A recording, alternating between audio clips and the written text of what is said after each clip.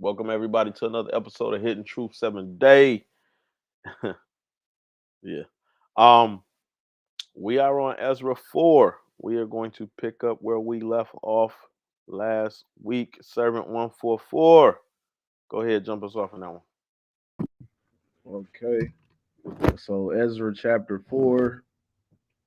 So some of Judah's adversaries heard that they were building the temple of God and they wanted to help and claimed that they had been seeking after God as they do and sacrificing to Him since the days of Esar Harden or Haddon, Esar Haddon, the king of Assur, who bought them there. But the heads of Judah did not accept their help. So the people of the land gave Judah trouble. They hired counselors against them, etc.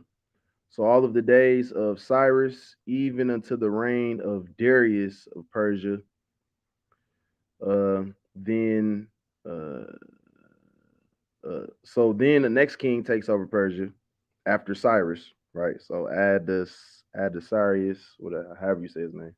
No, Ahasuerus. So the next king of Persia takes over.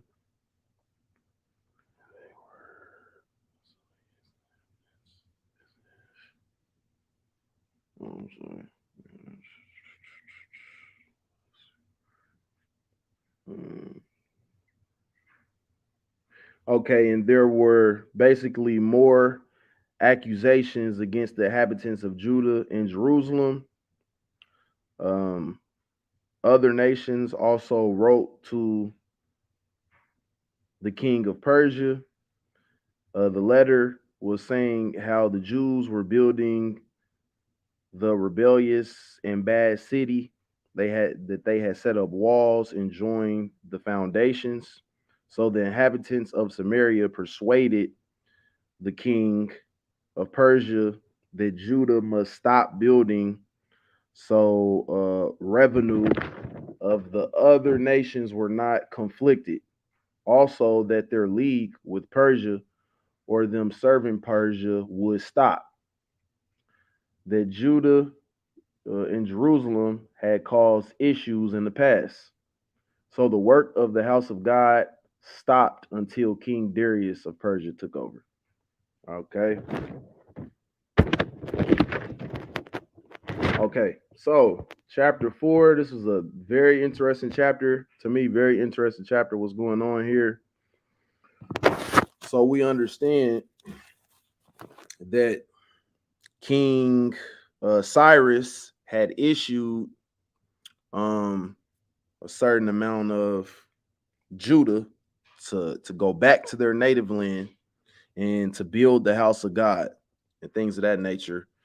And this was given to King Cyrus by God, because by now God was using King Cyrus, and King Cyrus was serving God. I believe, I don't want to say that wrong, but I believe he was a servant. He was being used by God. So what's interesting here is that the inhabitants, so other nations that were around Jerusalem, when they see that the people of Judah are back and building the house of God or planning to build things of that nation. I'm not sure if even the foundation was done at this time. I'm not. I don't remember all the way.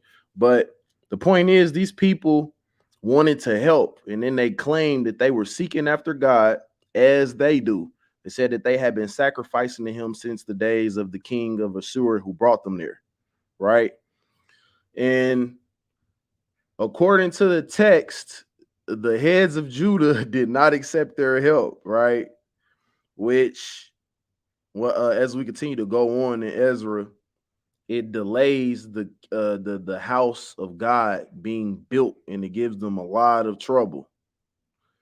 So, but the interesting thing is that these are still God's chosen people. Judah, still God's chosen people, right? Still technically children of Israel, but Judah in general, still God's chosen people here. And they immediately turned down the help of the surrounding nations who asked the help, right? They not only asked the help, but they claimed that they had been seeking God as they do, sacrificing to Him. and things of that nature. But according to the text, you don't see where they go and get the okay from God. So you kind of see a type and shadow here, in a lot of this, that how God, he makes it spiritual in the New Testament to where not only the Jews but the Gentiles and whoever afar off wants to be reborn of the Spirit, can be born of the Spirit. But you see some of that coming into play here with God using Cyrus, and then with the other nations claiming to serve the true and living God, and that they seek after him and that they sacrifice to him. But of course, being the children of Israel and being Judah here, they turn these people down. And I was just thinking that it'd be easy as a believer nowadays to hear just a random person who maybe they don't speak as us. They don't claim, they don't, they can't quote a certain amount of scripture. Maybe they have tattoos or whatever. That's the first thing that came to my mind. And they approach you and they like, and they know who you are. They know that you worship God. They know that you whatever, read your Bible and you pray and you confess the Lord, things of that nature. And they come up to you like, man, yeah, man, I seek after God, man. And man, I'm trying to live for God just like you do, man. I've been doing this for 6 months. And you look at them and you like, and you don't really want to fool with that person. You don't add them to your prayer list. You don't invite them to church. You see what I'm saying? You just kind of like, yeah, all right, nah, man. Okay, I hear what you're saying, but nah, I'm all right. I'm not really fooling with you. So that's kind of the comparison that came to my mind. But you don't take, and they didn't take this to God according to the text. So what do the people of the land do? They give Judah trouble. They hire counselors against them. Then they went on to complain about how this nation had been rebellious. They've already caused problems. Not only that, they wrote to the king and they basically were saying, we're going to give you trouble or not be your servants in the same way, probably not pay their taxes and stuff like that to the king of Persia if you allow this to happen. And why would the king think about it? I hate to say this, but why would the king of Persia at that time stop a good thing that he has going on with multiple surrounding nations just for Judah? And by this time, it wasn't King Cyrus, it was a different king as well, as they continued to go on. And so I was just thinking, what would have happened if they would have checked in with God about the inhabitants helping them? It's always better to have God a part of what you are doing. Um, we can do the work of God and miss if we are not um, taking everything to Him. You know what I mean? We could do what we think is the work of God, but if we're not taking everything that comes to us along the process to Him, then we can miss out on something. So, how many things in our life also could be delayed due to the lack of prayer, fasting, and reading the Word as well? Yep, and that's all I have for four.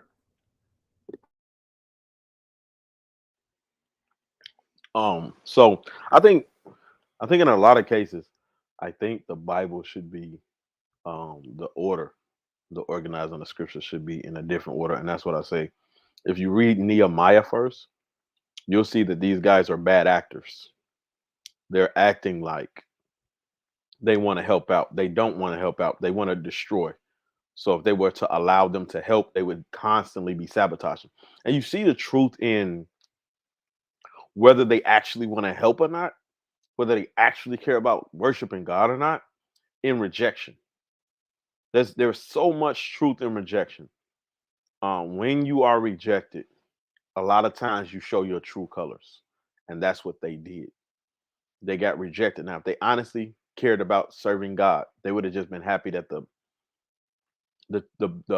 temple was being rebuilt, whether they had hands in help in doing it or not.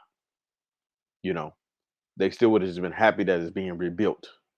And um, for them to go then after that snitch, which I'm not sure they snitched in this one, did they?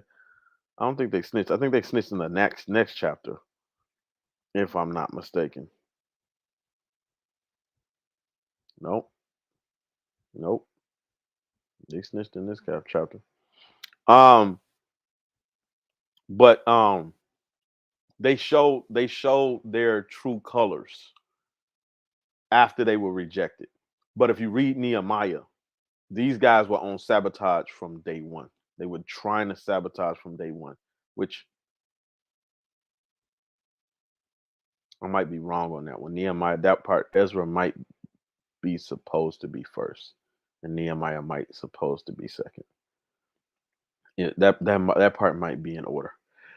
However, um, but these guys are bad actors. Now, who are these people?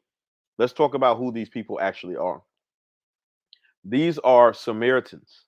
And if you fast forward to Jesus's day, you will see that the Jews had beef with Samaritans. This is part of why the Jews had beef with Samaritans. Because if you, how did these guys get here?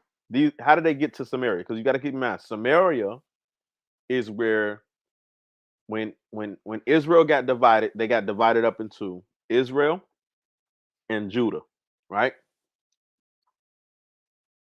Israel lived in Samaria. Israel got taken captive by the Assyrians, and then the Assyrians scattered Israel all over the place. And then they took a group of people who was a big mix of different people, different groups, and then they put them in Samaria. I think it's talked about in Kings, maybe Second Kings or something. So I think it's talked about in Second Kings. And when they have done that, when they did that, those people ran into some big problems because God, you got to keep in mind, God still pays attention to this area. He still pays attention to all of Israel.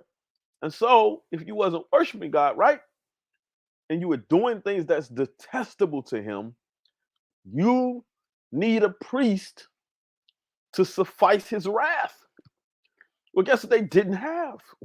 They didn't have a priest to suffice God's wrath. So what was happening to these people? God was sending lions to kill them. They were getting killed by plagues. They were just, I mean, they were getting wiped out.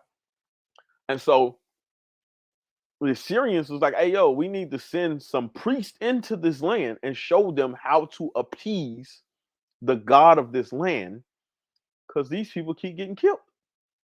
And so why do they worship God? Because these guys saying, hey, we've been worshiping God ever since then. Yeah, they worship God ever since then, not because they love and care about God. No, they doing it because if they don't appease him, he's going to kill them. It's just that simple. He's going to kill them if they don't appease him. They didn't stop worshiping the other gods and still doing their practices and stuff. They were just doing what it took to appease the God of the land. So therefore, the certain sacrifices that they made somehow was appeasing to God, and they didn't get killed.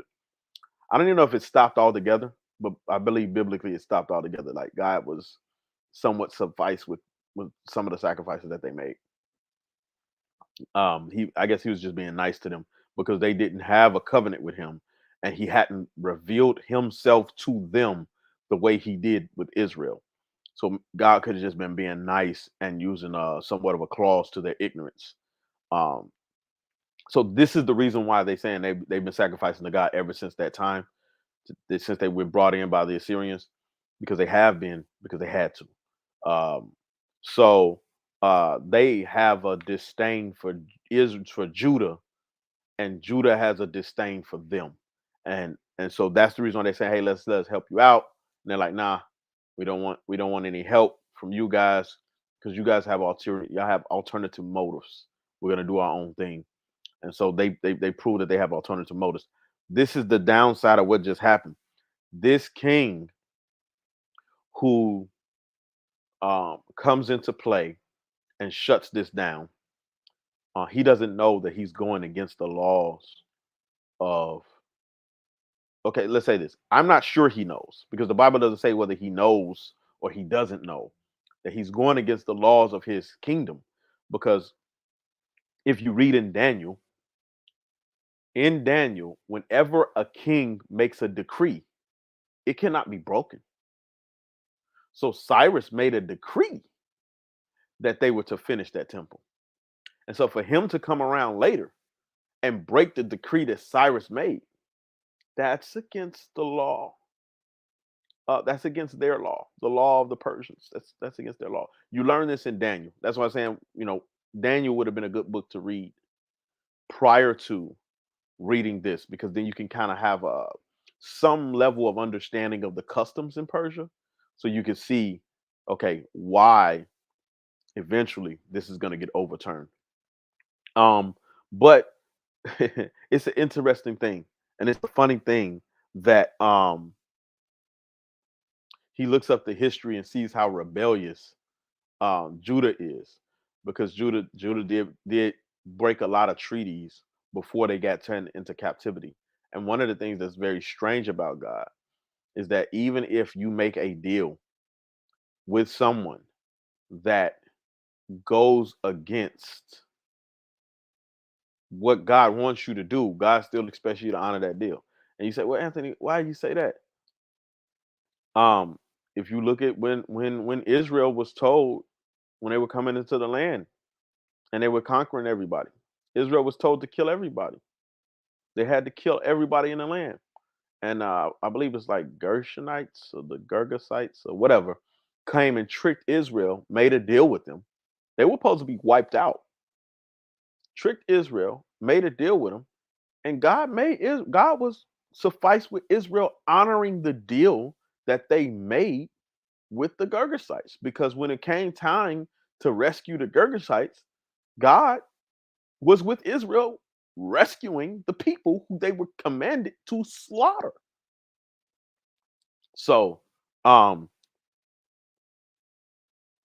and fast forward to Saul.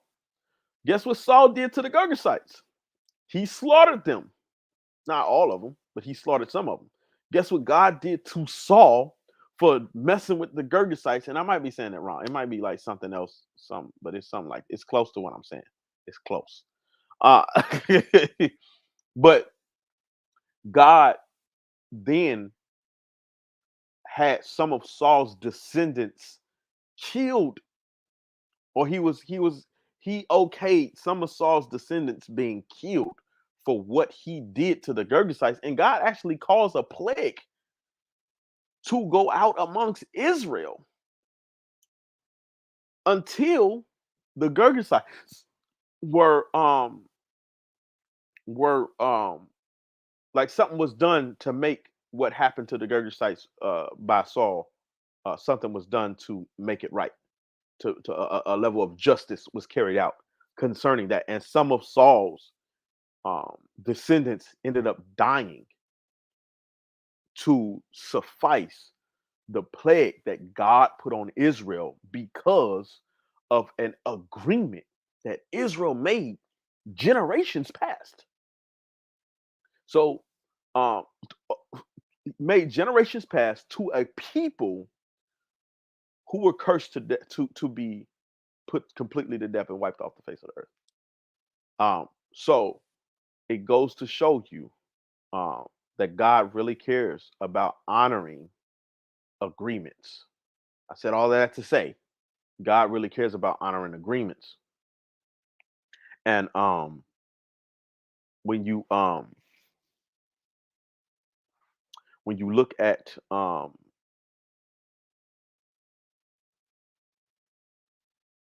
when you look at this chapter and you go to with this king is establishing, he evidently doesn't get any punishment for not honoring an agreement another king does. So that doesn't fly here, although he's not Israel either. And I completely forgot what I was trying to, the point I was pulling out, and so that's starting to show. Um, so to finish off what I see in this chapter, so we can move forward to the next chapter. You see here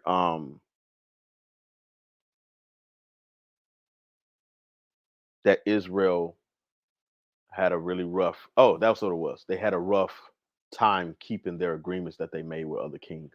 That's the whole point. And that caused trouble between them and God. God was allowing them to be taken into captivity for them not keeping agreements that they had with Babylon prior to. And this guy looks up the history of that. And he's like, yo, these guys are rebellious. They don't normally keep their agreements. And so that's biting them in the butt generations later. It's biting them in the butt. And that's the reason why they put an end to the building of this temple. Now, God still wants this done. And so then you got to ask yourself, why would God put it on pause? And I don't know the answer to that because that's what happens here. Uh, it gets put on pause. It runs into a level uh, of a detour, if you would say. And I don't really know why. I would have to look into praying on why. I guess I haven't spent any time on it. Why it goes through this level of detour and what actually happens has to happen in the heart and mind. I know if you read Nehemiah, which I guess we'll get there, you could probably pick some things out of there that adds to the detour because there were some areas where Israel was not acting, or Judah was not interacting with each other properly, and so you could say maybe it put on pause because of their interactions with each other wasn't right. Um, but I would have to look into that and see how much Nehemiah links to Ezra because I know they end up being here building at the same time eventually. But I think Ezra does go first, and then Nehemiah comes in later. And so the question is, when does the cross happen? That I will have to look up. Um, that is all I have for 4. Let's go right into 5. Yes, sir. Ezra chapter 5. So I see I was probably off in some of my thought processes there. Ezra chapter 5. So Haggai and Zechariah prophesied to the Jews in Judah and Jerusalem in the name of God. Then Zerubbabel, and Jeshua rose up to build the house of God with the prophets' help. So around the same time, Tat Tatnai or Tatnai, the governor on this side of the river, and their companions questioned who had told them to build the house and the wall. So Tatanai and Shetharboznai sent a letter to King Darius. They informed Darius that they asked Judah and Jerusalem who authorized them to build. So Judah responded that they are servants of God of heaven and earth, and that their fathers kindled his wrath so that they went into bondage. But King Cyrus issued the decree to rebuild this house of God, etc. So they wanted Darius to check and to see if Cyrus had given them a decree to rebuild.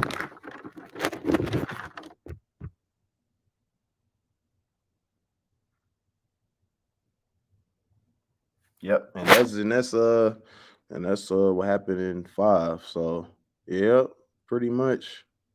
So you had a couple prophets that seemed like they strengthened Judah and Jerusalem in the name of God. Then they went on to build the house of God. And then you see the governor on this side of the river and some of his companions basically questioning them and, kind of giving them some trouble, things of that nature. And then they went on to write a letter to Darius to go back and check, like checking the records, checking the scrolls to see if King Cyrus, the previous king of however many generations ago, had given them the decree to rebuild. Wait. Yep. So that's all I have for 5.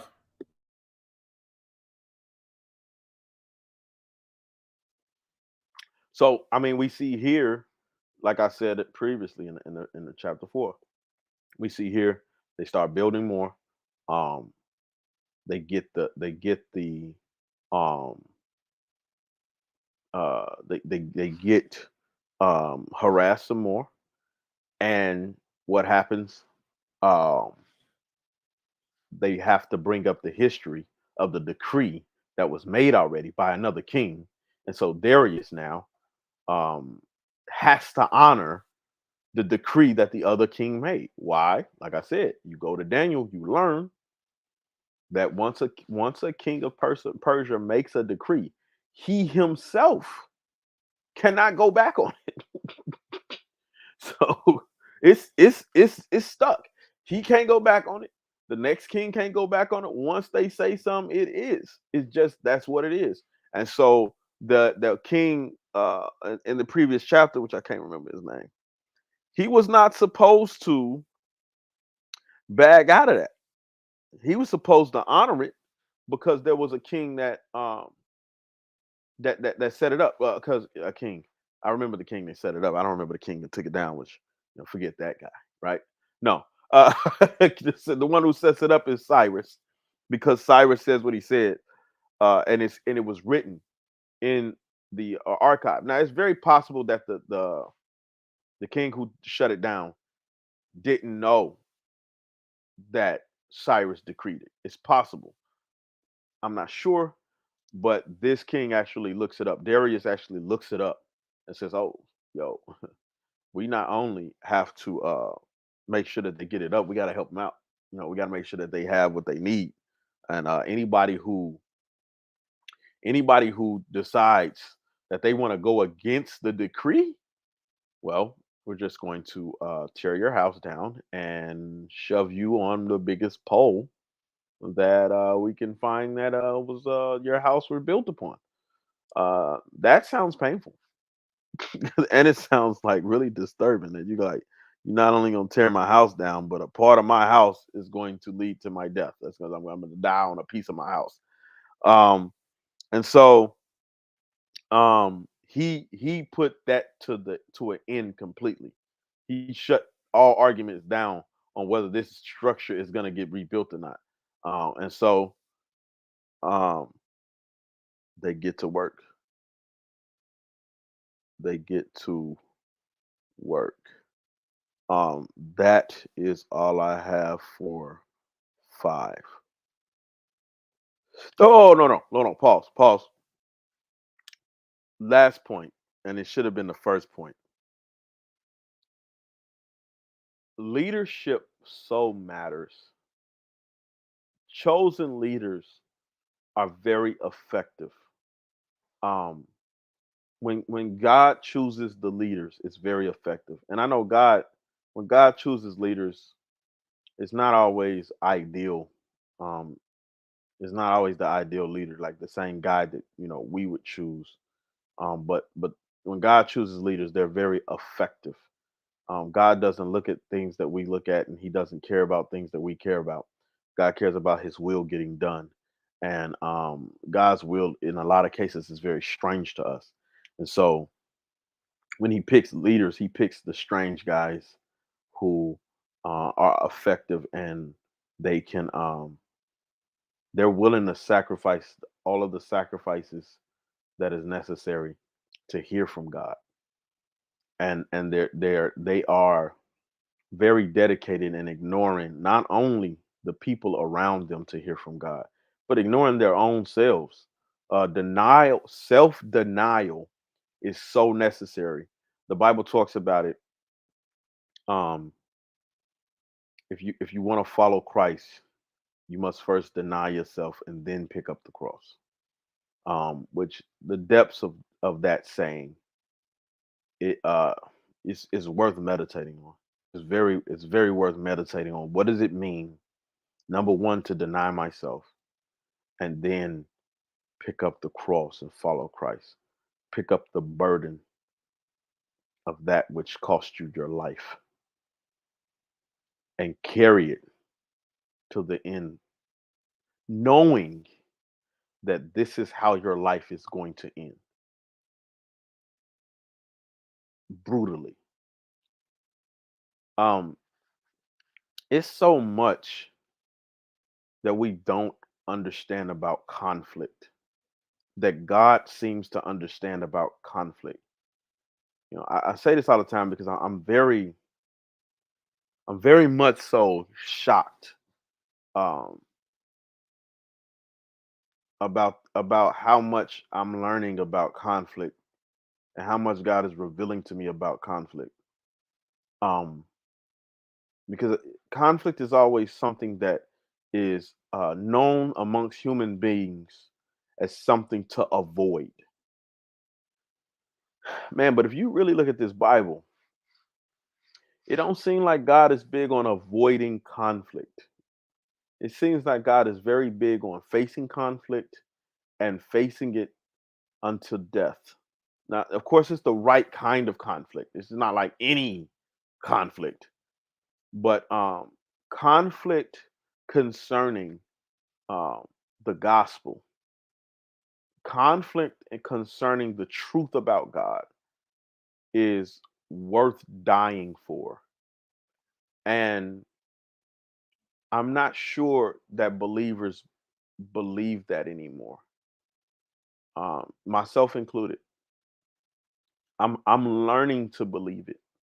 I'm learning to wrap my head around how much is the word of God worth dying for. And a real true leader that's chosen by God understands that to a level that is inspiring. You know, it, it, that's the hill you die on every single time. You know, um, and so it is easy to pretend like you're willing to die on that hill, and a lot of leaders do, but they fold under pressure. A lot of leaders fold under pressure. A God-given leader does not fold under pressure because they have come to terms that it's not just a hill that they're willing to die on. They feel honored to die on that hill. And coming to terms with dying on the hill is very different than feeling honored to die on the hill. Like that's it would be a great joy if God would give me the grace, if he would give me, if he grant me the opportunity to die on that hill.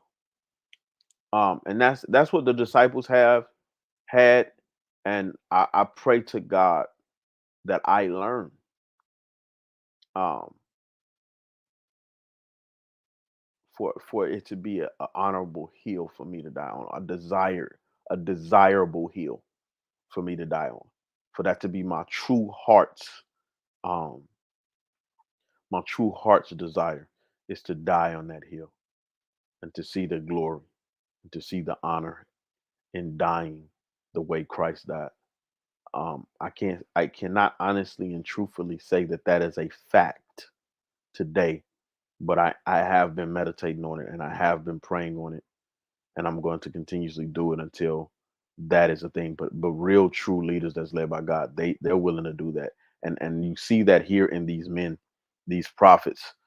Prophets are people who have come to the place in their heart and their mind that their life does not belong to them, and their existence is strictly to please God in whatever way he desires, even if it means being beaten until you're unrecognizable and nailed to a cross. And I'm starting to learn it, um, and I just want to continuously walk in the mindset of being honored by that, because I don't completely have the mindset of being honored by um, a conflict that leads to brutal death. Um, but that's all I have for 5. We go right into, I think 6 would be quick, but 6 would be last. Uh, Go ahead, 7144. All right. All right. So chapter 6. So King Darius makes the decree to search the records and to find there King Cyrus had decreed to build the house. So he finds the details as well that the vessels that were taken out to be placed back in the house of God. Uh, and if you go on, it talks about the cubits, the materials, and etc. You can read all of that. So Darius not only confirmed that they had authority to build, but he forces some of the people to help with substance that they might need, including animals, salt, wine, oil, etc. He also decrees that if anyone alters his words, to let that man be hung or let that person be hung. So you get to verse 12, and it says, and the God that hath caused his name to dwell there destroy all kings and people that shall put to their hand to alter and to destroy this house of God which is at Jerusalem. I Darius have made a decree, let it be done with speed. All right, so the elders of the Jews builded, prospered through the prophesying of Haggai and Zechariah. They finished the 6th year of Darius's reign. So Israel, the priests and Levites, still in captivity, kept the dedication of God's house.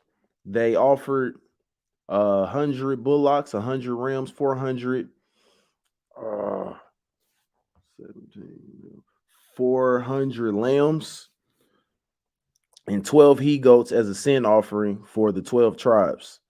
So they set priests and Levites in their service in Jerusalem, as it was written in the book of Moses, and they kept the Passover 14 days. They cleansed themselves from the filthiness of the heathen. And the last verse says, and kept the feast of unleavened bread 7 days with joy, for the Lord had made them joyful and turned the heart of the king of Assyria unto them to strengthen their hands in the work of the house of God, the God of Israel.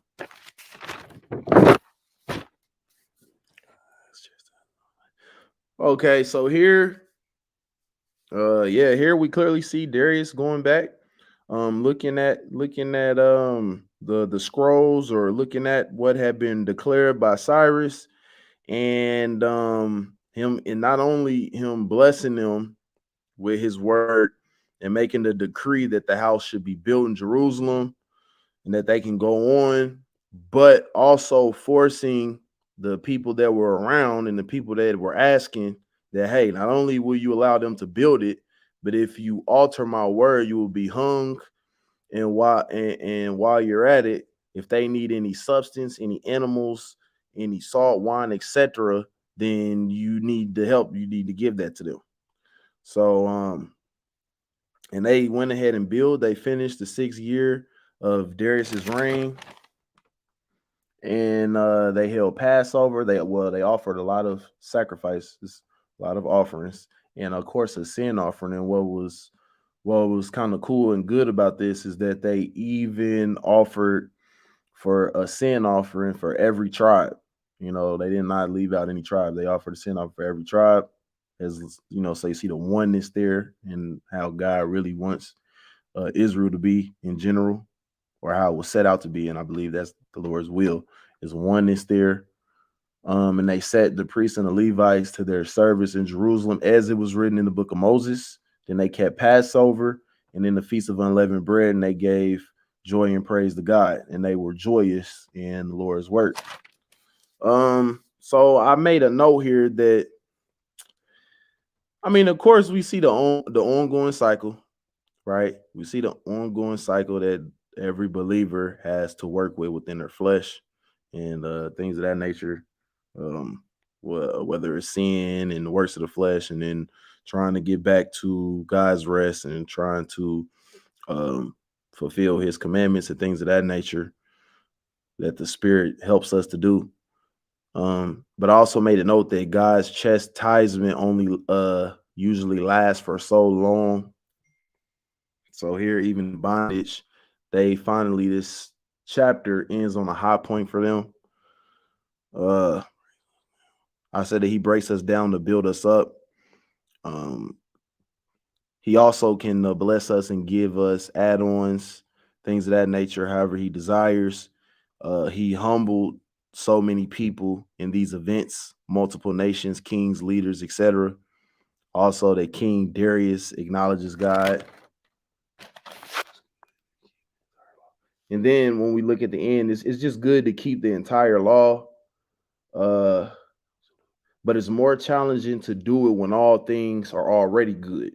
If you see the process throughout the entire most of the Old Testament, you see people doing they go stray away from the law when things are really good at a high point, and then when things are bad, you know what I mean? They it's easier to keep the entire law. It's easy to they do it under pressure, you know. But how do you respond when you are fully blessed and things of that nature? So even in captivity, they were able to get back to God's rest. We have to consistently see God's rest. You see the reoccurring act, and then you also see the peace of God and the grace and mercy of God as well in chapter 6. And that's all I have for 6. Okay, so I messed up royally in the last one because I talked about some of the stuff that's in this one in the last one. But I mean, the chapters are so short that I'm going to justify myself doing that, although that I probably shouldn't. Um, but some of what I talked about before, which was him making the decree and him saying, "Hey, look, if you mess up and try to shut the well, them him providing for them to finish building the city, and him saying if you try to shut it down, you're gonna die by your house being torn down and you getting impaled with a um the biggest, I guess, the biggest rod or the biggest pole in your house." Um, he was all in after he read the decree. He was all in after he read the decree, and it goes to show you because you got to ask yourself what still made him be all in after the decree. And I want to say that Darius had run-ins with David. I mean, not David, Daniel. I want to say Darius had run-ins with Daniel. Um, and maybe he didn't. Um, but I want to say he did have run-ins with Daniel. Um, so he could have been super inspired by his run-ins with Daniel. I want to say he did. In my heart, he had run-ins with Daniel. Which would explain because he if he's the king I think he is, um I want to say he's the lion den king. Um and I shouldn't even be doing this live, right?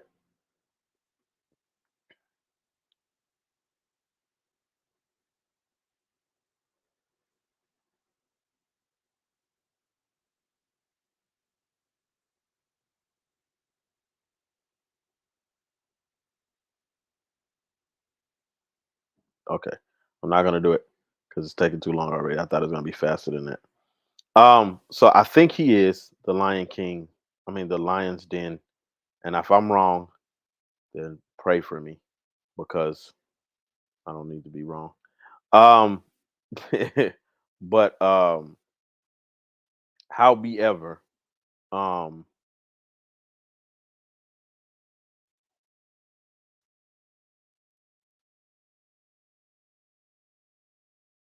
how be ever.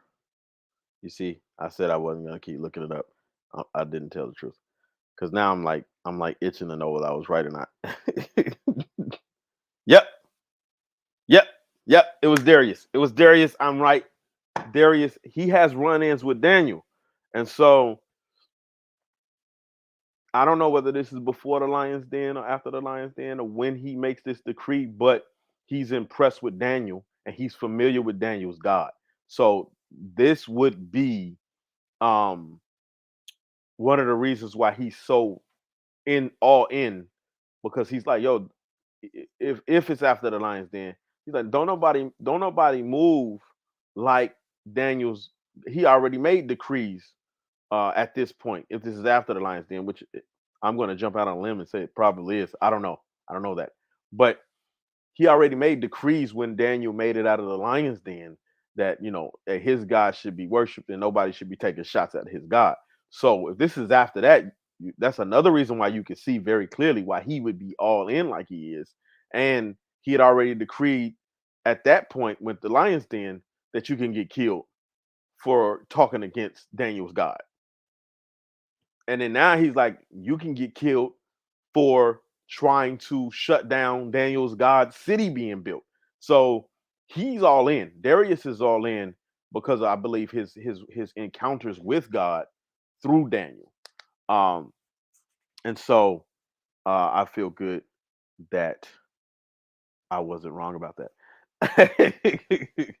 But that is all because I'm not gonna pretend like when I talked about five, I was actually talking about six. So that is all that we have for this evening for you. As you can see, especially because of this one, I need prayer. So as I say, pray for me, pray for the channel, pray for everybody you see on the channel. And as we come to know and understand who you are, we will be praying for you. The Lord bless you and keep you.